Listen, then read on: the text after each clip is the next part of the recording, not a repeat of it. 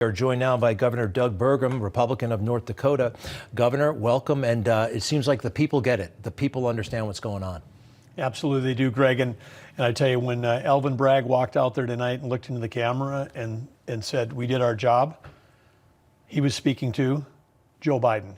He was not speaking to the American people, because with this verdict, the American people, if you're out there tonight trying to put food on the table, pay for your groceries, your gas prices, your electrical bill, your rent, you can't buy a house because interest rates are high, this verdict changes nothing for them. And I think this is why it's so interesting that all of these, the liberal elite that are cheering, the ones that are laughing and giggling when Alvin Bragg, they're celebrating over this thing on this sad day for America, they're celebrating.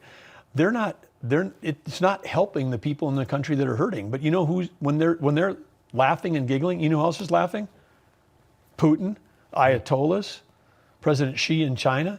I mean, anybody who's a adversary of the United States would love to have 4 more years of Joe Biden's weakness, because they've thrived under his presidency. But I think what's happening, and when my phone's blowing up, is the American people. They see right through this sham trial. They see the whole thing. I've had people who likely have never donated to President Trump before text me tonight, people that can't afford to probably give $10, say, "I'm giving $1,000 to President Trump tonight." I mean, people they can see through it. This is America. People that work, people that are retired, people that are trying to protect their savings, they're behind President Trump. But I think there's going to be a huge swell of support, and you're seeing it. I mean, today. I mean, they broke the internet today with the donations trying to come in to win red. Governor, Donald Trump is sometimes he seems superhuman, but he is a man with a family and with feelings, and I know he can overcome this, and we all can. But how's he doing right now?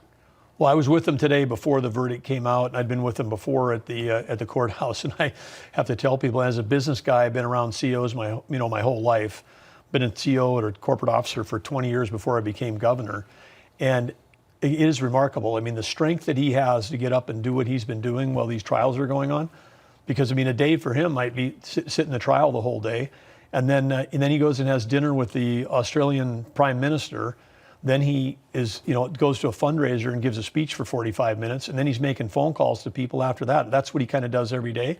And when I was with him today, he was positive, he was defiant, he's strong, and he was working. I mean, he's stuck in this dingy little room at the courthouse, and what is he doing? He's working on endorsements, which are helping elect people that care about this country. He's working on writing personal notes to people. He's making phone calls to business leaders. While everybody else is staring at the TV screen, he's actually he's a multitasker. He's getting work done. He's incredible. You've been in government. You know how it works. State prosecutors in North Dakota, I think, ultimately report to the governor or the attorney general there. This is what Alvin Bragg said, and I have a feeling he's not leveling with us. I think he's lying outrageously, but take a look. While this defendant may be unlike any other in American history, we arrived at this trial and ultimately today at this verdict in the same manner as every other case that comes through the courtroom doors, by following the facts and the law, and doing so without fear or favor. Let's parse that. Just the first part, how this case was brought.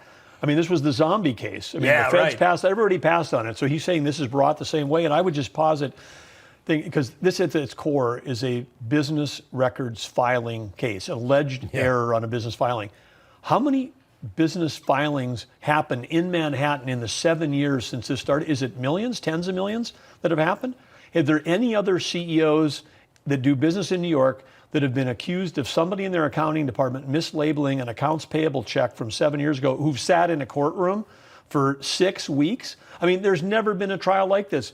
If they were doing that, there wouldn't be a business left in New York. Every CEO would go, why would I dare do business in New York? Because they could dredge up something, magically turn a misdemeanor with a 2-year statute of limitations and turn it into a 7-year look back, and it magically becomes 34 felonies and then found guilty. I mean, it's like the whole thing is nutty.